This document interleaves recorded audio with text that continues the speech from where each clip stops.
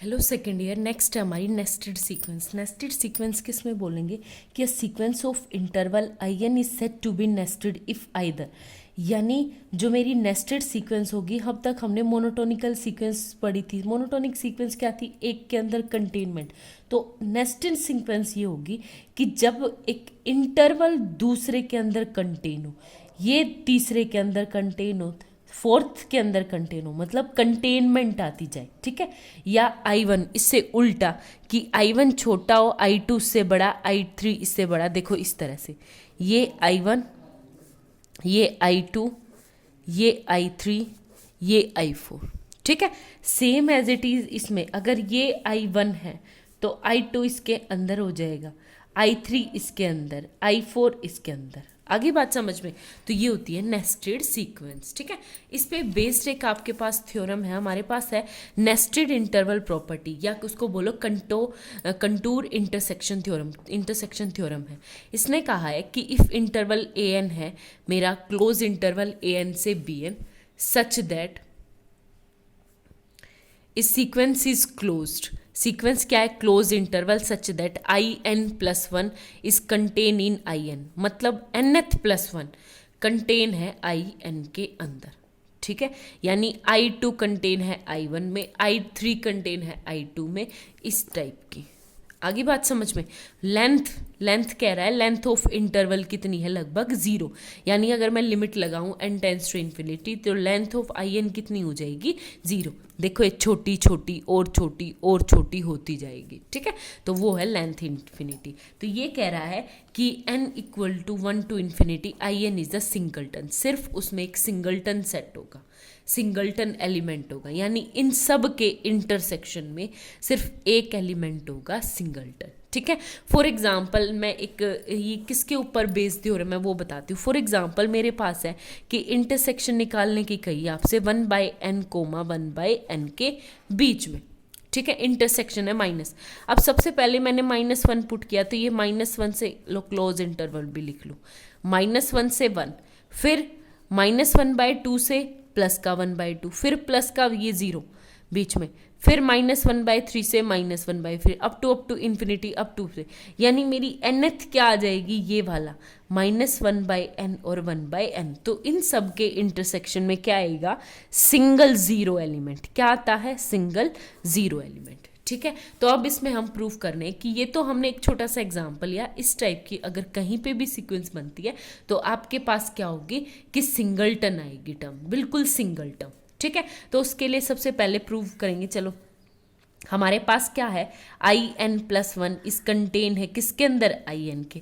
और I N का मतलब क्या है? A N plus one comma B N plus one contain है किसमें? A N comma B N. आगे बात समझ में? अब ए एन अगर इसके अंदर कंटेनमेंट है तो कुछ इस टाइप से सीक्वेंस बनेगी आपके पास। देखो ये मेरे पास A1, ये मेरे पास B1, इसके नीचे नीचे BN अंदर की तरफ आते जाएंगे BN, और इसके अंदर कंटेनमेंट आता जाएगा, तो A1, ये A2, ये A3, इस तरह। तो ये क्या आता जाएगा आपके पास? AN, ये AN, ये BN, ठीक है। और छोटा छोटा होता जाएगा। आगे बात समझ में? क्योंकि कंटेनमेंट आती जाएगी उससे छोटा। आगे बात समझ में? तो अब इसके अकॉर्डिंग आप लोग क्या देखोगे कि मेरा जो A1 है, A1 less than equal to A2, less than equal to A3, और लेस देन इक्वल टू क्या है? A4, ठीक है। और ये लेस देन है किससे? AN से, और सबसे छोटा किससे है? B1 से भी छोटे। आगे बात समझ में? B1 से भी क्या हो जाएंगे? छोटे। इसी के अकॉर्डिंग कुछ नहीं, अगर मैं इसी टर्म को BN के अकॉर्डिंग लिखूं तो आपके पास क्या आ जाएगा? B1 बड़ा है B2 से, B2 बड़ा है B3 से, B3 बड़ा है B4 से, बड़ा है BN से, क्योंकि BN तो राइट साइड में आता है ना, B देखो ये BN, B1 तो ये छोटा होता जाएगा नीचे, और A1 क्या है? बड़ा बड़ा होता जाएगा। आगे बात समझ में? तो ये किससे है? लास्ट में A1 से। आगे बात समझ में? तो ये कह रहा है कि ये वाली जो सीक्वेंस है वो मेरे पास क्या है? मोनोटोनिकली इंक्रीजिंग है, and bounded by B1 and A1, ठीक है। तो किससे बाउंडेड है? A1 से। आगे बात समझ में? तो देखो ये ऊपर वाली, ये वाली सीक्वेंस मेरी क्या है, मोनोटोनिकली इंक्रीजिंग है ऊपर वाली, और बाउंडेड है A1 और B1 के बीच में। सॉरी, बाउंडेड है A1 और B1 के बीच में। सेम नीचे वाली थ्योरम क्या आ जाएगी आपकी, मोनोटोनिकली डिक्रीजिंग। ये क्या आ जाएगी आपकी, मोनोटोनिकली डिक्रीजिंग है और बाउंडेड है B1 से और A1 से। ठीक है, तो ये कौन सी है, मोनोटोनिकली इंक्रीजिंग, ये कौन सी है, मोनोटोनिकली डिक्रीजिंग। आगे बात समझ में? तो ये है। अब एक बात बताओ, हमने थ्योरम की थी, अगर हमारे पास कहीं पे कोई सीक्वेंस मोनोटोनिकली इंक्रीजिंग है, नेमिंग थ्योरम की थी, अगर मोनोटोनिकली इंक्रीजिंग है और बाउंडेड अबोव है, देखो मोनोटोनिकली इंक्रीजिंग है और बाउंडेड अबोव है, तो वो सीक्वेंस क्या होगी, कन्वर्जेंट होगी। ठीक है, तो ये an limit limit n tends to infinity a n के ऊपर लगाऊंगी तो वो कन्वर्जेंट होगी। तो कोई मैं मान लूँ कि वो a पे कन्वर्जेंट है। ठीक है, अब bn लेंगे तो limit n tends to infinity bn equal to, एक बात बताओ, ये क्या है, मोनोटोनिकली डिक्रीजिंग, और कोई सीक्वेंस मोनोटोनिकली डिक्रीजिंग हो और बाउंडेड बिलो b1 से है तो वो कन्वर्जेंट होगी। तो मेरी ये सीक्वेंस भी क्या होगी, कन्वर्जेंट। और ये कन्वर्जेंट किस पॉइंट पे होगी, b पे मान ले। ठीक है, तो हम खुद से मान ले b पे। अब एक बात बताओ, ये आ गया, हमें दे रखी है सेकंड कंडीशन। सेकंड कंडीशन हमें क्या दे रखी है कि limit n tends to infinity length of I n equal to 0। ठीक है, अगर लेंथ ऑफ आई एन 0 दे रखा है, और लेंथ का मतलब क्या होता है, limit n tends to infinity b n minus a n equal to 0।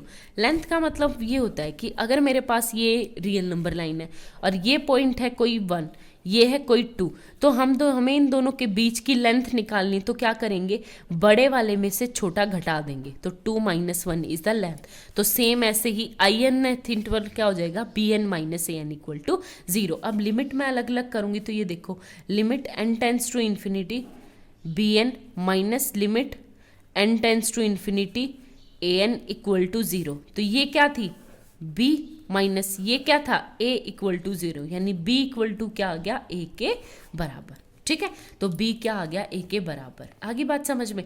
अब एक बात बताओ, जब ये सीक्वेंस मेरी लिस्ट अपर बाउंड भी है और ग्रेटेस्ट लोअर बाउंड भी है, तो ये कह रहा है कि जो ए एन जो हो जाएगी मेरी, वो ए एन ए के बराबर और सेम बी एन इस तरह, तो इन दोनों के किस में बीच में रहेगी, क्योंकि मेरा इंटरवल ए एन और बी एन के बीच में। आगे बात समझ में? तो ये कह रहा है कि A belongs to interval I N, वही हमें प्रूव करना था कि ये सिंगलटन ए है। ठीक है, अब एक बात बताओ, हमें प्रूव कर दिया ना कि बीच में एक ऐसा पॉइंट ज़रूर आएगा जिसमें वो इंटरसेक्शन में आएगा। पहली बात तो ये। दूसरी बात हमारे पास क्या आ जाएगी कि हमें प्रूव करना है कि ये सिर्फ एक ही पॉइंट है, कोई दूसरा पॉइंट नहीं आएगा कहीं से गलती से बी आ जाए, नहीं, सिंगलटन एक है। तो उसके लिए क्या प्रूव करना पड़ेगा हमें, यूनिकनेस। क्या प्रूव करनी पड़ेगी हमें, यूनिकनेस। और तब जब भी हमें यूनिकनेस प्रूव करनी है तो उसके लिए एक बेस्ट तरीका है कि 2 मान के चलो, ए एंड ए डैश। तो एक ए डैश मान के चलेंगे जिसमें are 2 distinct point, 2 distinct real number, कि वो किस तरह है कि a is less than a dash. ये तो मान के चलना पड़ेगा, या ए डैश को छोटा ही मान सकते हो, कोई बड़ी बात नहीं आपके पे। ठीक है, ठीक है, तो ये हो जाएगा M less than a dash. जब ये ऐसा ऐसा एक ए डैश एग्जिस्ट करेगा, तो एक बात बताओ, इंटरवल में काम कर रहे हैं तो ए एन और बी एन के बीच में रहेंगी जो चीज़ें रहेंगी, तो a is strictly less than to a dash. आगे बात समझ में? ये हो गया। अब एक बात बताओ, जब हम सब्ट्रैक्ट करते हैं तो हमारे पास क्या आता है कि हमने सब्ट्रैक्ट किया फर्स्ट का लास्ट के साथ, तो ये क्या आ गया, B n minus a N greater than होगा किससे, ए डैश माइनस ए से। ठीक है, आपको याद होगा ना, इसको इस टर्म से घटाते हैं और इसको इस टर्म से घटाते हैं, तो ये क्या आ जाएगी, ये कंडीशन फॉर ऑल एन। ठीक है, लेकिन ये टर्म क्या है मेरे पास, इक्वल टू 0 है, इंटरवल हमें 0 पहले ही दे रखा है। ठीक है, और ये bn - an क्या है, इक्वल टू 0। अब एक बात बताओ, सबसे पहले ये हम लेके चलेंगे इसको इक्वेशन फर्स्ट। फॉर एग्जांपल हम क्या करेंगे, लेट कर लें कि मोड a' - a कोई ना कोई पॉजिटिव क्वांटिटी है ना, तो इसको क्या मान ले, एप्सिलॉन मान ले। ठीक है, और जब bn - an सीक्वेंस थी तो वो 0 पे कन्वर्स कर रही थी, तो bn - an strictly less then होगा किससे, एप्सिलॉन से। और एप्सिलॉन किसके इक्वल है, मोड a' - a के।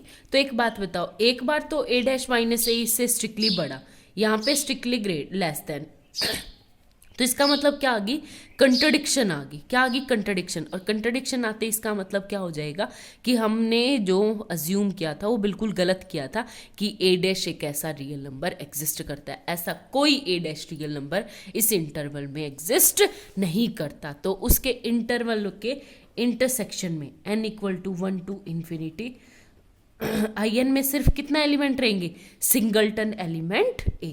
ठीक है, ये थ्योरम है, इसके ऊपर बेस्ड एग्जाम्पल हम नेक्स्ट वीडियो में ट्राई करेंगे। Okay, thank you.